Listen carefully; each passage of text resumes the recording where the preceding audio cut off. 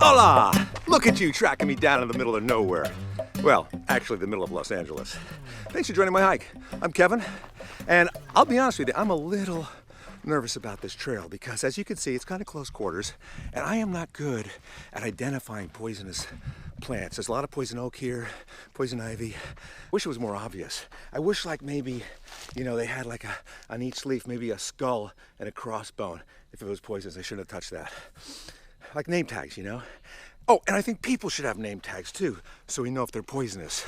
Are you like me? Have you ever met somebody a long time ago, they introduced themselves and you kind of forgot their name and you didn't ask them again, and now it's too late to ask them because it's been like 20 years? That's the worst. I'm the worst at remembering names. All right, enough small talk, enough chit chat. We're here to fry bigger eggs. Fish, bigger fish. Let's take a hike. Hiking shotgun off my left shoulder today. What can I say about him?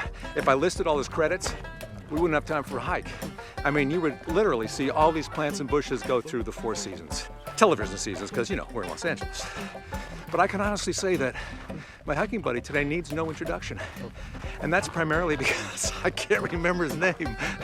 He's funny, he's smart, he's talented, he's, oh, Alec.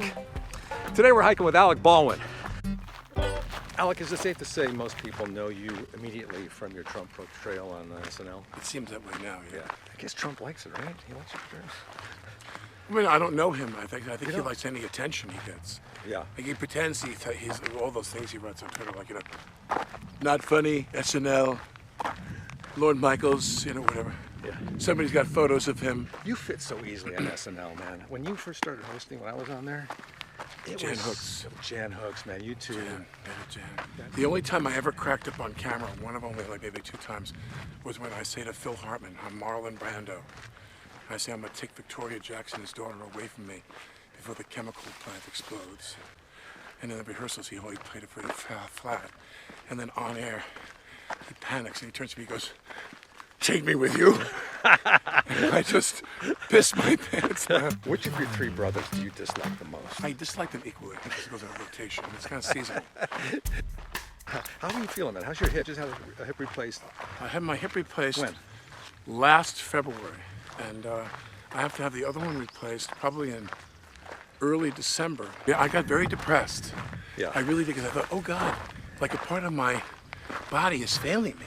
Yeah. It's like I thought to myself, my God, like is erectile dysfunction around the corner or something, you know, even more serious. I mean, Wow. you know, but I really felt like I got really sad because I thought, I'm like a car and like pieces of me are falling off. I know.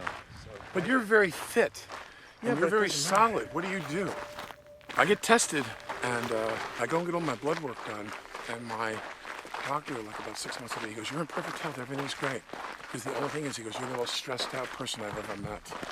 But I don't sleep, I have very bad insomnia. You, to me, you know, I've known you for a long time. I don't know you that well, but I've known you a long time. I feel like I know you. You do seem like you have a lot inside of you, like stuff you want to do, stuff you want to say, things, you know, you want to fix. Well, you know, I've changed. Yeah. You know, I used to say things that I thought were right and fair. And I realized in the age of social media, you could be done. Yeah. Like one slip up, your career's over. I'm surprised you're still around, man. Seriously. Yeah. Because you've had a reputation of like just spouting off the things that you feel, you know, without thinking. Well, my wife would look at me and she'd be like, I like, listen to me. I do always do my racist accent of my wife. I make my accent of my wife the most racist. She's like, I like, listen to me. She said, I want you to stop. Every time people ask you to give your opinion, doesn't mean you have to give it. So for the sake of your children, don't do it, I like. Don't do it. Do you think you have an anger management problem? No, I don't, because to me, what I find is, I mean, I think what I do is I take the bait. So like if guys bug me, They know it. with the camera and they're 75 feet away and they're long lens, I never like go rushing across the street. Yeah. It's when the guy almost chips my wife's teeth Right. with the lens. Right. Or when my wife moves away from me and the guy's like, you know, your wife's on Instagram in her underwear all the time. Like, why would you want to marry if, you know, and he said some ugly slur against my wife. That guy and I, we, not always, but, you know, sometimes I've made up my own rules, and then me and that person we become very intimate very quickly. Yeah. What is it like being in a fist fight? I've never been in a fist fight. No. Never been. I was. You don't have a temper? Not really. I mean, I You do. don't? I do it for certain things, but What really gets to you?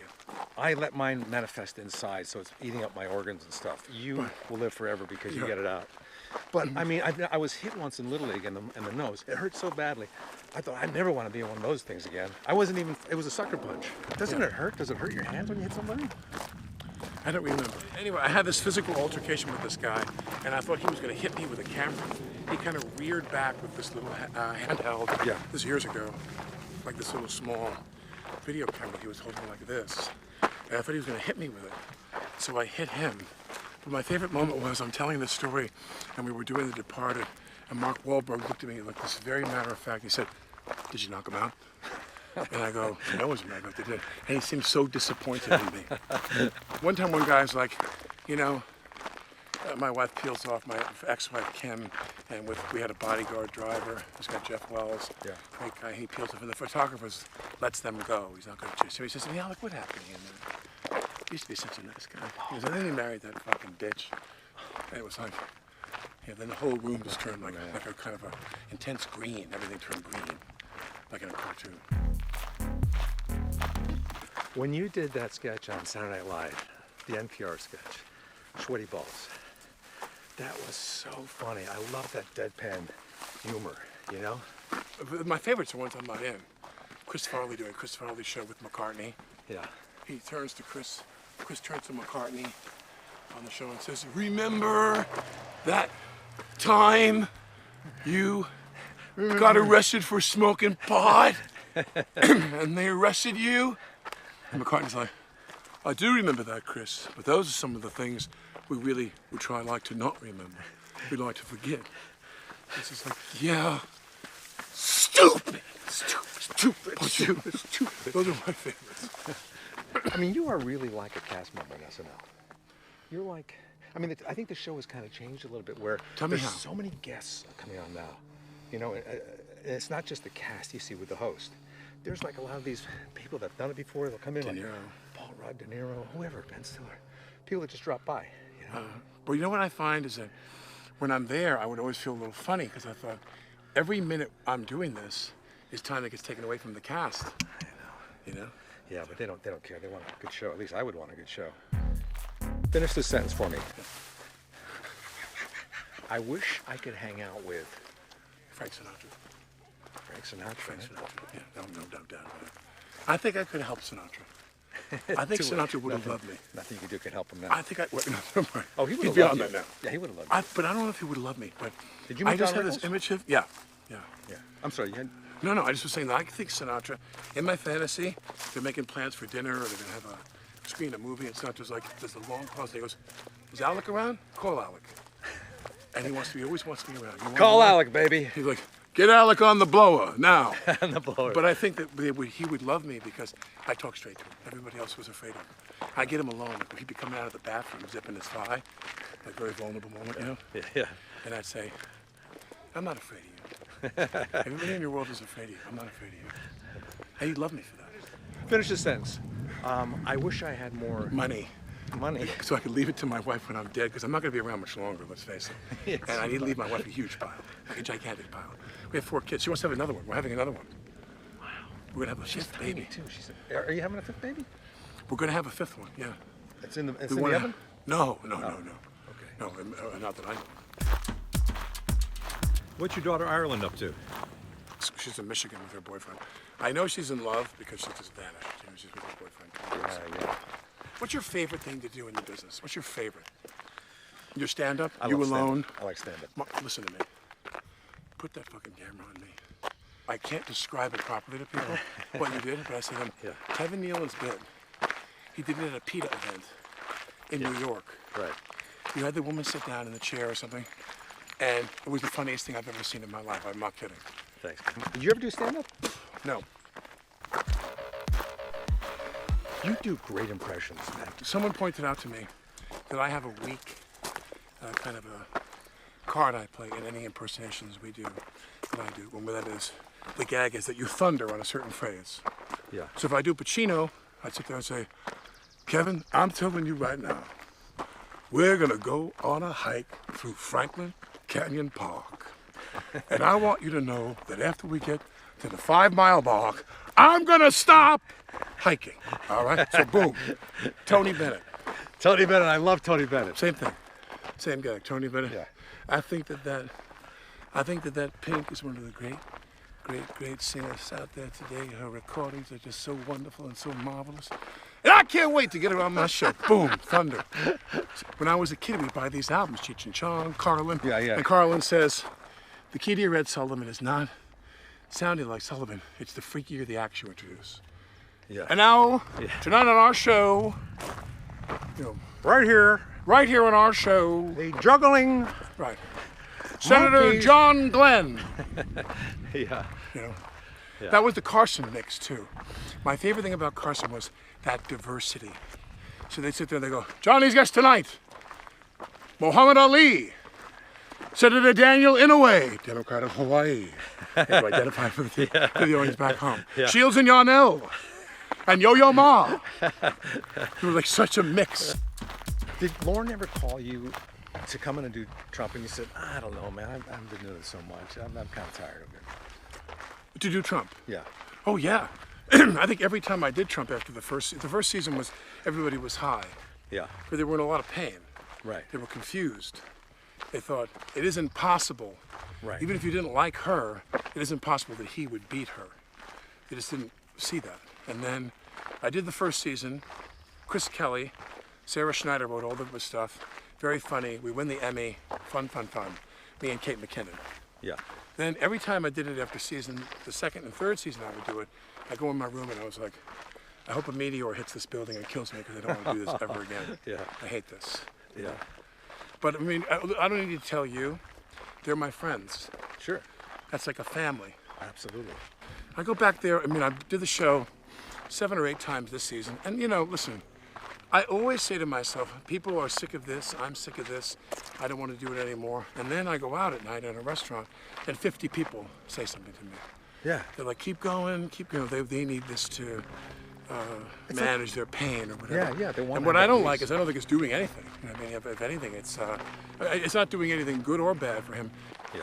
Americans live this standard of living, and they don't want it to end. They don't want to go backwards. And it's becoming tighter for people to make ends meet here. And Trump has them in one of those rare moments where they're going to vote their wallet over everything. Yeah. The environment, the climate, Yeah. the rights of people, whatever. Yeah. He's going to get them to vote their wallet at the expense of everything. You have 5 kids. How much money do you need to have in the bank to feel comfortable if you couldn't work again? I don't have it. 2 million? 5 million? 10 million? I have to have at least. You want to have $1 million in a trust fund for each kid for school Yeah. and beyond by the time they're old enough to go to school. And then you want to leave your wife, minimum 30 million clean cash. Minimum 30. Minimum. Probably more than that. But then you A die. lucky wife. Well, my wife will be in bed with her boyfriend. And I want the boy. Well, she's going to be with another guy. You're not a jealous guy, are you? Yes, but she's going to be with another guy. I'm that old. I'll be dead, and she'll be with her boyfriend. You want her to be though, right? Right? I mean, No. you want her to be happier. No, I wanted to have herself sutured, completely closed up. But she's with a guy, and all I want is her to burst out sobbing when they're in bed, like once every 6 months, and be like, "Alec was so good to me." That's it. That's all. He left me $48 million in cash. Bruce Willis had the best advice for me when I got divorced the first time. He said, Alec, your worst nightmare is going to become your greatest dream. He said, pray your wife meets another guy. He goes, then you're off the clock. It's his job now. You've been doing your podcast now for 8 years. Yeah. It's called The Thing Is. It's called Here's the Thing. Okay, hold on a second. The thing is. You've been, That's good. That's good. You do a show, be like, the thing is. Mine is Here's the Thing. No, Keep going. I love this. Okay. It's The called Thing Is. My The show's Thing called The Is. Thing Is The Thing nowadays. The thing is. Here's the thing. You play football. I play football. We talked about this. We threw football in the hallway of SNL. We skidded our And knees. you threw the football, and you really hummed it. Yeah. And I thought to myself, Nealon really can throw the. He's like Testaverde. There was a lot of testosterone going on back then. You had played in high school quarterback. I was in college quarterback and professional. You played. I played college. We would have recommended you had College. the helmet on. College, I was yeah. with the Rams. So we would get on our knees about 20 yards apart, 30 yards apart, and we throw it as hard as we could. Do you have one in the trunk of the car? You have a football? No, I don't. I used to carry a football in the trunk of my car. I have golf clubs. Yeah, Want to throw the clubs at each throw other? But remember that we throw it as hard as we can. And without you really moving. were hard. And you were hard Remember, too. we used to get on our knees. We used Yeah, to take yeah, one yeah. knee because it was the hallway with Yeah, the yeah. high, ceiling height, and we really zipped it. So I used to think to myself, "What the fuck is this story? You really can throw." So here you are in your 60s. Life has never been better, though, right? Never. I mean, you got I'm so blessed. 5 kids. I'm blessed. Yeah, I'm blessed. and you're happily married, I am. My wife was just so special. and you're so well respected in the entertainment field. There he is. I'm not gonna watch that. That's always that. Yeah. By the way, you can't keep hitting my arm that holds the camera. I'm sorry. Have you ever done this before? I love my wife and my kids, and my kids would make my day. But if I could have a chance to do my career over again, same for you. You're not going to say go. If you could have someone else's career, who would you have? Tom Hanks. You would have Hanks's career. That's a good one. Whenever I see Hanks, I embarrass myself. I tell him how much I love his movies. Me, William Holden. Another outdated reference. William Holden. William Holden. This is a question my son would ask you. What's the one superpower you would like if you could? To fly. To fly. When you're with a dinner party with a bunch of people who you don't know that well, as an icebreaker, invisibility or fly.